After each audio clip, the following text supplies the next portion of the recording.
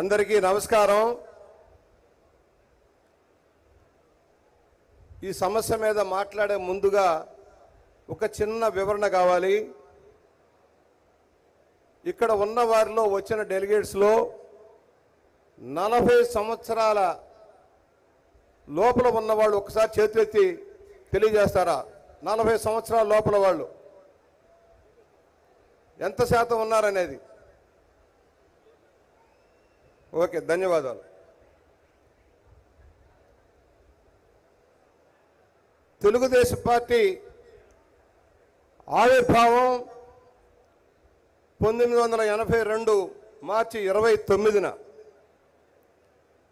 అంటే ఈ 37వ సంవత్సరానికి వచ్చిన తర్వాత చాలామంది నవయువకులు ఇప్పుడు వచ్చారు. రామారావు గారి చలనచిత్ర విశేషాల గురించి, లేక ఆనాడు తెలుగుదేశం ప్రభుత్వం ఆవిర్భావానికి కారణాలు, ప్రారంభించిన తర్వాత తీసుకున్న అనేక కార్యక్రమాల మీద ఎంతవరకు అవగాహన ఉంటుందనే దానికోసం ఒక ఆలోచనగానే మిమ్మల్ని అడిగాం. ఆనాటి తరం ఒక వయసు, 40 సంవత్సరాల్లో ఎన్నో మార్పులు. ఆనాటి పరిస్థితి ఇందాకనే అన్నగారి రామారావు గారి ఘనంగా నివాళులర్పిస్తూ అనేక మంది పెద్దలు చెప్పడం జరిగింది. తెలుగువాడి ఆత్మగౌరవం ఢిల్లీ నడివీధుల్లో తాకట్టు పెట్టి తెలుగువారికి ఒక గౌరవం, గుర్తింపు లేకుండా చేస్తున్న పరిస్థితుల్లో అన్నగారు తెలుగుదేశం పార్టీని పెట్టడమే కాకుండా 9 నెలల్లోనే అధికారంలోకి వచ్చి అనేక సంక్షేమ కార్యక్రమాలకి, సంస్కరణలకి నాంది పలికినారు. దాన్ని ఒక్కసారి ఈ తరం కూడా అర్థం చేసుకోవాల్సిన అవసరం ఉంది. చలనచిత్ర నటుడిగా విశ్వవిఖ్యాత నట సార్వభౌముడు. బహుశా ప్రపంచంలో ఏ నటుడు కూడా ఇన్ని విభిన్న పాత్రలు వేసిన వాళ్ళు ఎవరు కూడా లేరు. బహుశా హాలీవుడ్లో ఉండుంటే అనేక ఆస్కార్ అవార్డులు అన్నగారికి వచ్చుండే. ఆయన ఒక తెలుగువాడు, తెలుగు భాషకి, సంస్కృతికి పట్టం కట్టి ఒక గుర్తింపుని, గౌరవాన్ని ప్రపంచంలో తెచ్చిన మహా వ్యక్తి నందమూరి తారక రామారావు గారు. ఈ రోజున ఆయన లేకపోయినా ఆయన ఆశీర్వచనాలు మనకున్నాయి. పైనుంచి ఆయన దీవిస్తా ఉన్నాడు. తెలుగు భాష, తెలుగు సంస్కృతి శాశ్వతం అజరామరంగా ఉండాలని, తెలుగువారు సగర్వంగా ప్రపంచంలో తమ సుగంధాన్ని ఎగదజల్లాలనే విధానంగా ఆయన ఆశీర్వచనాలు మనకున్నాయి. ఈ సందర్భంగా బ్రీఫ్గా కొత్త తరానికి ఒక పాతాళ భైరవి, ఒక సీతారామ కళ్యాణం, ఒక పిచ్చి పుల్లయ్య, మరి అలాంటి సినిమాలు మీరు చూసి ఉండకపోవచ్చు. రాజు పేద లాంటి అనేక బడి పంతులు లాంటి ఈ రోజున 5 పాత్రలను ఒకే సినిమాలో నటించి దర్శకుడిగా, నటుడిగా, స్క్రీన్ ప్లే రైటర్గా, ఎడిటర్గా, నిర్మాతగా దానవీర సూర్యకర్ణ లాంటి ఒక చలనచిత్రాన్ని నిర్మించిన వ్యక్తులు ఎవరైనా ప్రపంచంలో ఉన్నారంటే ఏకైక వ్యక్తి నందమూరి తారక రామారావు గారు. ఆ పాత్రలను కూడా ఒకసారి గమనంలోకి తీసుకోండి. పాత్రలో జీవించి సాంఘిక, జానపద, పౌరాణిక, చారిత్రక ఏ పాత్రలైనా పిండి కొట్టినట్టుగా నటించి మన జీవితాల్లో వెలుగై నిలిచారు. ఒక కృష్ణుడు తెలుగువారి గుండెల్లో, ఇళ్లలో, కులాలకి, మతాలకు అతీతంగా ఒక కృష్ణుడిగా, ఒక రాముడిగా నిలబడిన వ్యక్తి నందమూరి తారక రామారావు గారు. తను జీవించిన పాత్రలను ఆసరాగా ప్రజల యొక్క జీవన ప్రమాణాలను లెక్కించి పార్టీ పెట్టిన తర్వాత అనేక కార్యక్రమాలని అమలు చేసినారు. మొక్కవోని ధైర్యం, నీతి నిజాయితీలకు పట్టం కట్టారు. ఆ రోజున పార్టీ పెట్టిన 9 నెలల్లోనే చైతన్య రథం మీద ఒక పాత చవర్లెట్ వ్యాన్ 4 స్పీకర్లతోటి 75,000 కిలోమీటర్లు రాష్ట్రమంతా తిరిగి కొన్ని లక్షల మందిని, కోట్ల మందిని కలిసి 9 నెలల్లోనే పార్టీని అధికారంలోకి తెచ్చిన మహా వ్యక్తి మన అన్న తారక రామారావు గారు. నాలాంటి ఎందరికో ఒక రాజకీయ భిక్షను పెట్టి ఒక స్థానాన్ని కల్పించిన వ్యక్తి నందమూరి తారక రామారావు గారు. సమాజంలో అణగారిన వర్గాలకి ఉన్నత స్థానం కల్పించి రాజకీయ అధికారాన్ని కల్పించిన వ్యక్తి నందమూరి తారక రామారావు గారు. మహిళలకు ఆస్తిలో సమాన హక్కు కల్పించిన, బలహీన వర్గాల వారికి స్థానిక సంస్థల్లో రిజర్వేషన్ కల్పించిన, ఇవన్నీ కూడా ఆయన తీసుకున్న సంస్కరణలకు ఒక నిదర్శనం. ఎన్నెన్నో చలనచిత్రాల్లో సంఘంలో ఉన్న అరాచకాలను ఎండగడుతూ సినిమాలు తీశారు. ఒక వరకట్నం కావచ్చు, తల్లా పెళ్ళా కావచ్చు, ఉమ్మడి కుటుంబం కావచ్చు, కోడలిదిద్దిన కాపురం లాంటి సినిమాలను నిర్మించారు. అలాగే ఆ పాత్రల్ని ఆకలింపు చేసుకునే రాజకీయంలో కూడా సాంఘికంగా చైతన్యం తెచ్చారు.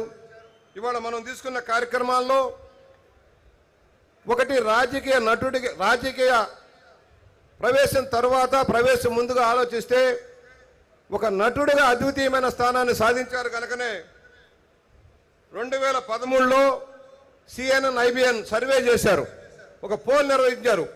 100 సంవత్సరాల చలనచిత్ర చరిత్ర గురించి పోల్స్ నిర్వహించి అత్యంత greatest Indian actor of all times అని పోల్ చేస్తే నందమూరి తారక రామారావు గారికి ఆ అవార్డు ఇచ్చారంటే మొత్తం భారతదేశంలో 100 సంవత్సరాల చరిత్రలో గ్రేటెస్ట్గా ఆయన గుర్తించారంటే, భారతదేశం అంతా ఆయనకు ఓటింగ్ ఇచ్చిందంటే ఆయన శక్తిని ఒకసారి గమనించుకోవాల్సిందిగా ఒకసారి గుర్తు చేస్తూ, ఇవాళ ఏదైతే 1982 మార్చి 29న న్యూ ఎమ్మెల్యే క్వార్టర్స్లో కేవలం ఒక చిన్న గదిలో మీటింగ్ పెట్టాలని వస్తే విపరీతంగా వచ్చిన జనానికి లాంచ్లో అప్పటికప్పుడు 2 గొట్టాలతోటి మైక్ ఏర్పాటు చేస్తే తెలుగుదేశాన్ని ఆ రోజున అనౌన్స్ చేశారు.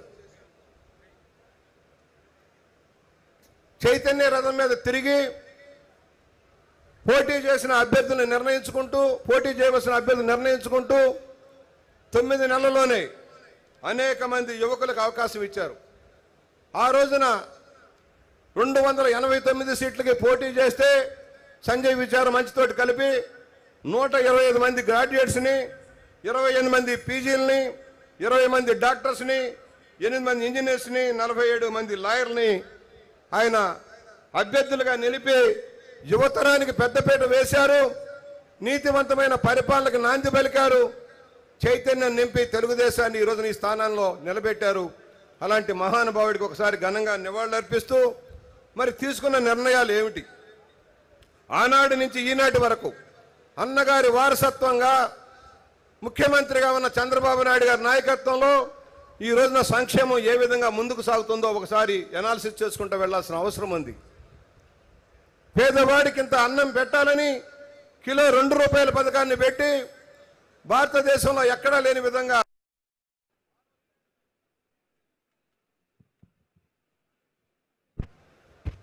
ఆ రోజునే 1,40,00,000 కుటుంబాలకి బియ్యాన్ని పంపిణీ చేయించారు. అప్పటికి పక్కా గృహాలంటే 500 రూపాయలు ఇచ్చి ఒక 100 వెదురుగడ్డలు ఇచ్చి ఇది పక్కా గృహం అనే రోజులవి. దానికి భిన్నంగా భవంతులు నిర్మించి రాష్ట్రంలో పక్కా గృహాలకు నాంది పలికిన వ్యక్తి నందమూరి తారక రామారావు గారు. ఆ రోజున 9,000 రూపాయలు, 13,000 రూపాయలు అప్పుడున్న ఆర్థిక పరిస్థితిని బట్టి. మరి అదే ఈ రోజున చంద్రబాబు నాయుడు గారి నాయకత్వంలో ఒక్కొక్క గ్రామీణ ఎన్టీఆర్ హౌసింగ్ కింద 1,50,000 రూపాయలు ఉచితంగా ఇచ్చి ఇళ్లు కట్టించే కార్యక్రమం ఇవాళ తెలుగుదేశం పార్టీ అవలంబించి అమలు చేస్తా ఉంది. 2.5 లక్షల రూపాయలు పట్టణ ప్రాంతాల్లో ఇస్తా ఉంది. 6 లక్షల రూపాయల ఈ అర్బన్ హౌసింగ్ స్కీమ్లో లక్షలాది ఇళ్లు నిర్మాణం చేస్తా ఉన్నారు. ఆ రోజున ఏదైతే మొదలు పెట్టారో ఆంధ్రప్రదేశ్లో ఇవాళ భారతదేశం అంతా కూడా హౌసింగ్ నిర్మాణం చేస్తా ఉంది. భారతదేశంలో ఎక్కడా లేని విధంగా మొట్టమొదటిగా పెన్షన్ కార్యక్రమాన్ని మొదలుపెట్టింది నందమూరి తారక రామారావు గారు. 30 రూపాయలు, అప్పుడు మన బడ్జెట్ 3,500 కోట్లు మాత్రమే. ఆ రోజుల్లోనే 30 రూపాయలతో మొదలు పెడితే ఆ తర్వాత కేంద్రం కూడా కొంత తర్వాత సహాయం చేసినా రాజశేఖర రెడ్డి ప్రభుత్వం కేంద్రం ఇచ్చిన 400 రూపాయల పెన్షన్ని 200కు తగ్గించి 32 లక్షల మందికి ఇచ్చారు.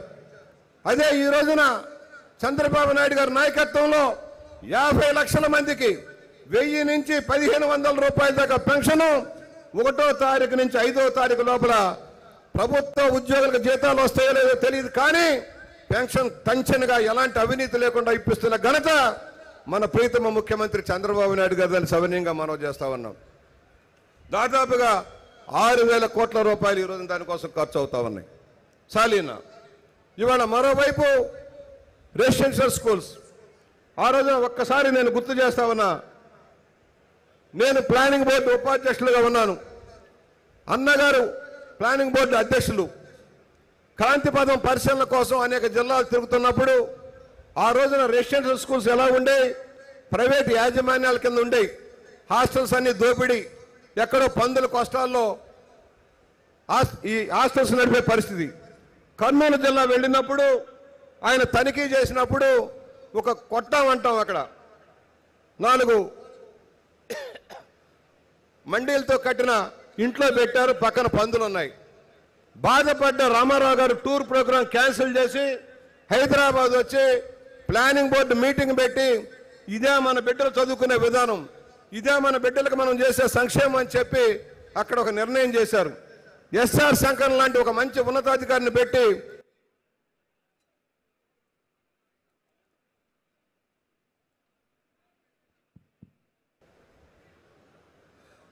రెసిడెన్షియల్ స్కూల్స్ కాన్సెప్ట్ని ఏర్పాటు చేసి స్వయాన ఒక డిజైన్ ఇస్తే దాన్ని ప్రారంభిస్తే ఇవాళ హరిజన గిరిజన బలహీన వర్గాల పిల్లలు ఉన్నత స్థానానికి వెళ్ళటానికి ప్రధాన కారణం రెసిడెన్షియల్ స్కూల్స్. దానికి నాంది పలికింది తెలుగుదేశం పార్టీ.